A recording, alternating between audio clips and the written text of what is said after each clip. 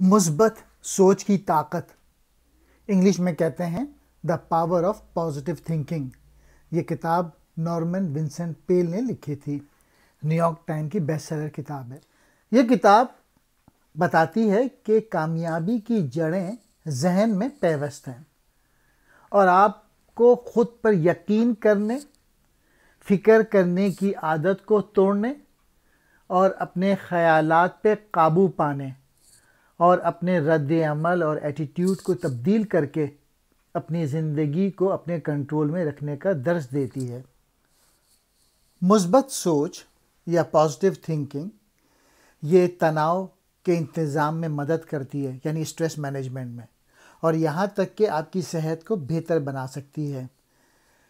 کچھ مطالعات سے پتہ چلا ہے کہ شخصیات اپنی صحت اور فلاح بہبود کے بہت سے شعبوں کو متاثر کر سکتی ہے مثبت سوچ کے۔ مثبت سوچ جو عام طور پہ امید کے ساتھ آتی ہے۔ مثبت سوچ کی کیا مثالیں ہیں؟ اگر آپ کے پاس بہت کم ہے اس پہ بھی آپ خوش رہیں، جب آپ ہار رہے ہوں تب بھی اچھا وقت گزاریں، کسی اور کی کامیابی پر خوش ہوں، مستقبل کے مثبت نقطہ نظر سے، چاہے آپ کے موجودہ حالات کتنے ہی خراب ہوں۔ سوال یہ ہے کہ مثبت خیالات کیسے سوچیں؟ ایک تو یہ ہے کہ اچھی چیزوں پہ توجہ دیں، ایک شکریہ کا جرنل بنائیں جہاں پہ ہر وقت آپ اللہ تعالیٰ کا شکر ادا کرتے رہیں، مثبت لوگوں کے ساتھ وقت گزاریں، خود مثبت گفتگو کی مشق کریں، ہر دن ایک مثبت نوٹ پر شروع کریں۔ مثبت رویہ اختیار کرنے سے تناؤ کے اثرات میں کمی آتی ہے اور مدافعتی نظام کو فروغ دے سکتا ہے، وائرس کو لڑنے میں مدد کرتا ہے، قلبی صحت کو بہتر بناتا ہے اور بہتر زندگی کے انتخاب میں مدد کرتا ہے۔ اس کے نفسیاتی فوائد بھی ہیں۔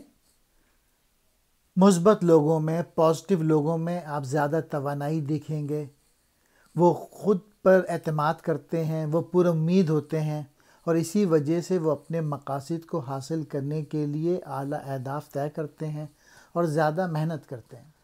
مثبت سوچ یا ایک پر امید رویہ کسی بھی صورتحال میں اچھی چیزوں پہ توجہ مرکوز کرنے کا عمل ہے۔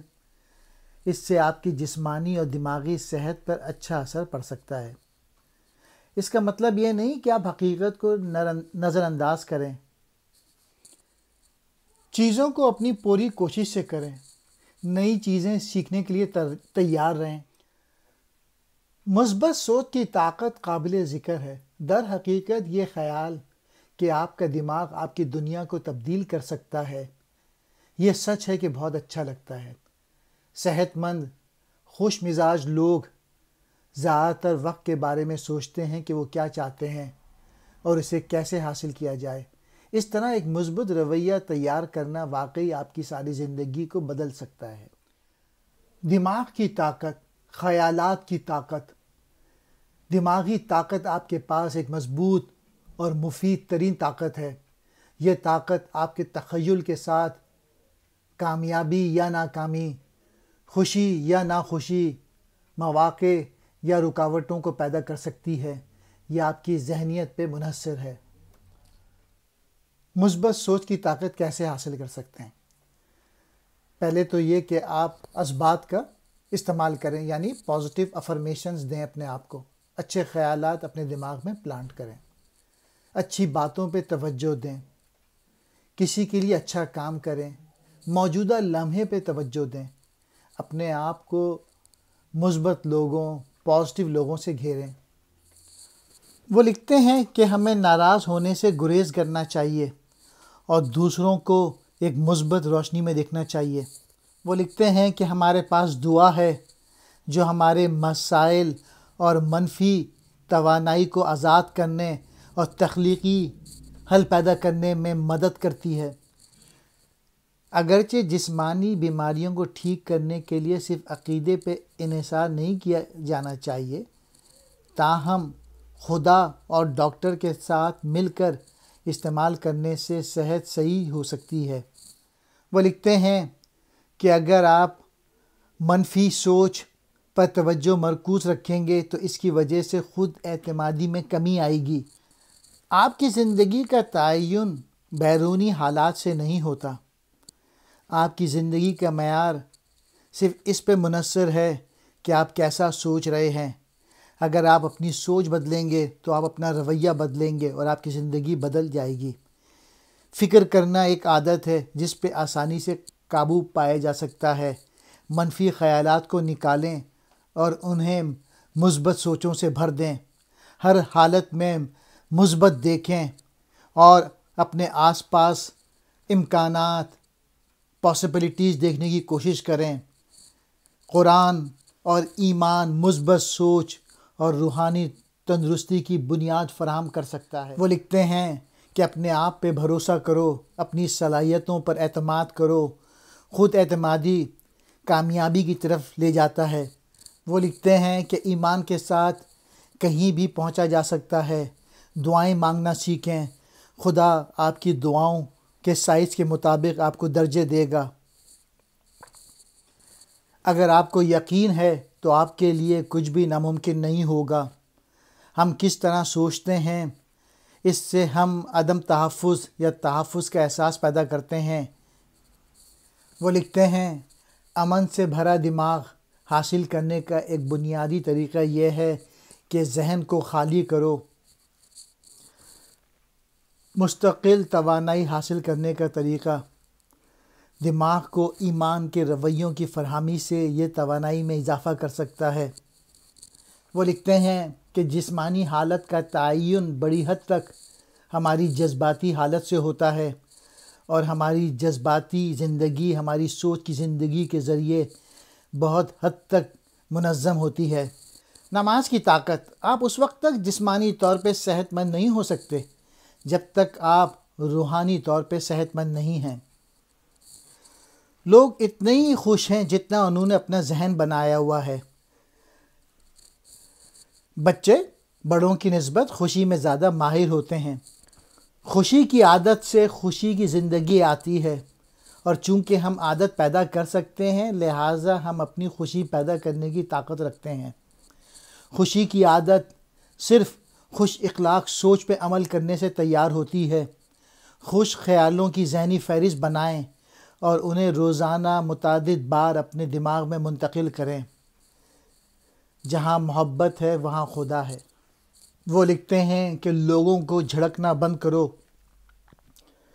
بہترین کی توقع کریں اور اسے حاصل کریں۔ اگر آپ کو یقین ہے تو آپ کے لیے کچھ بھی ناممکن نہیں ہوگا۔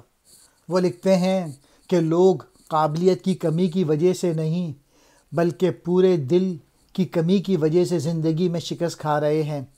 وہ کامیابی کی توقع دل سے نہیں کرتے، ان کا دل اس میں شامل نہیں، جس کا مطلب یہ ہے وہ خود بھی پوری طرح سے محنت نہیں کرتے۔ جو آدمی خود پہ انحصار کرتا ہے، مثبت رہتا ہے، پر امید رہتا ہے اور کامیابی کی یقین دہانی کے ساتھ اپنا کام انجام دیتا ہے، وہ اپنے حالات کو امپروو کرتا ہے، وہ کائنات کی تخلیقی قوتوں کو اپنی طرف متوجہ کرتا ہے۔ شکوک و شبہات سے بجلی کا بہاؤ بند ہو جاتا ہے، ایمان سے کھل جاتا ہے۔ ایمان کی طاقت اتنی زبردست ہے کہ یہاں کچھ بھی نہیں جو خدا تعالیٰ ہمارے لیے نہیں کر سکتا۔ رکاوٹوں کے ساتھ ہم کیا کر سکتے ہیں؟ مجھے شکست پہ یقین نہیں ہے۔ ہمارا براہ راست رویہ ہمارے ذہنی رویوں سے ہوتا ہے۔ ہماری بیشتر رکاوٹیں حقیقت میں ذہنی طور پر کریٹ کی ہوئی ہوتی ہیں۔ آپ کی رکاوٹیں موجود ہیں، وہ خیالی نہیں، لیکن وہ در حقیقت اتنی مشکل نہیں جتنا کہ انہیں لگتا ہے۔ آپ کا ذہنی رویہ سب سے اہم عنصر ہے۔ کامیابی کا راز ذہن میں کسی کامیاب نتیجے کی تصویر رکھنا ہے۔ وہ لکھتے ہیں کہ خوف انسانی شخصیت کا سب سے زیادہ مایوس کن دشمن ہے۔ وہ لکھتے ہیں کہ جس کے پاس ایمان ہے وہ ہمیشہ خوف پہ قابو پا سکتا ہے۔ ایمان ہی وہ طاقت ہے جس کے خلاف خوف برداشت نہیں ہو سکتا۔ اپنے دماغ کو ایمان کے ساتھ پر کریں۔